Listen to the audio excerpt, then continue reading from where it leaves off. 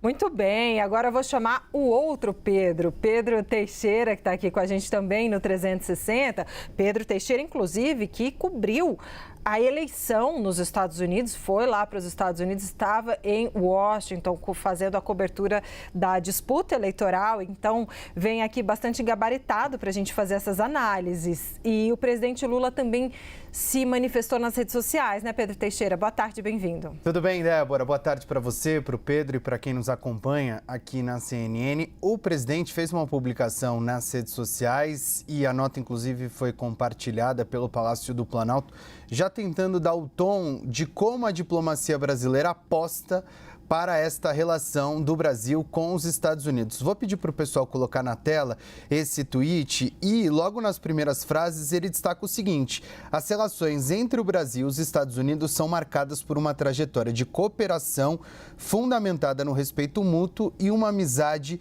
histórica. Nossos países nutrem fortes laços em diversas áreas, como o comércio, a ciência, a educação e a cultura. E é justamente sobre este ponto que a diplomacia brasileira está apostando nessa relação de longo prazo ali, de vários anos do Brasil com os Estados Unidos. Tem a questão comercial, o Brasil compra muitos produtos, para além de vender muita coisa para os Estados Unidos, como o Pedro Venceslau trouxe, o Brasil também compra muita coisa dos Estados Unidos e é justamente sobre isso que a diplomacia está apostando. Acontece, Débora, que para além dessas questões essas questões práticas de comércio, tem as questões ideológicas e os próprios movimentos que estão sendo feitos por Donald Trump, inclusive neste primeiro dia como presidente dos Estados Unidos.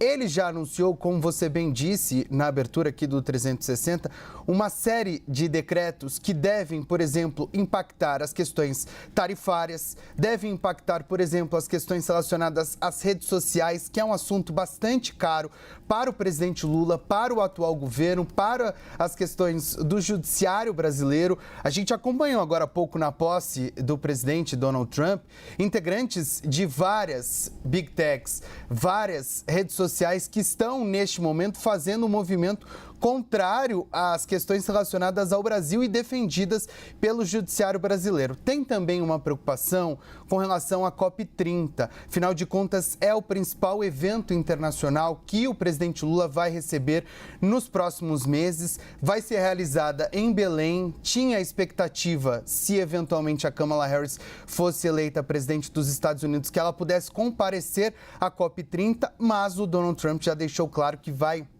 se afastar completamente das pautas defendidas pelos ambientalistas. Falou hoje, por exemplo, de incentivar a extração de petróleo lá nos Estados Unidos, diz que ele vai perfurar os Estados Unidos, voltar a colocar os Estados Unidos numa posição de importante produtor de petróleo e de energia, culpou, inclusive, a falta de produção de petróleo nos Estados Unidos e relacionou este fato às questões da inflação do país. Então, são pautas que se distanciam do que está sendo defendido pelo governo brasileiro neste terceiro mandato do presidente Lula. As dificuldades, elas se desenham muito mais pelos desejos de Donald Trump para os próximos 4 anos do que propriamente pela dificuldade de relacionamento que acaba se impondo pela falta de interlocução entre o Brasil e os Estados Unidos neste momento.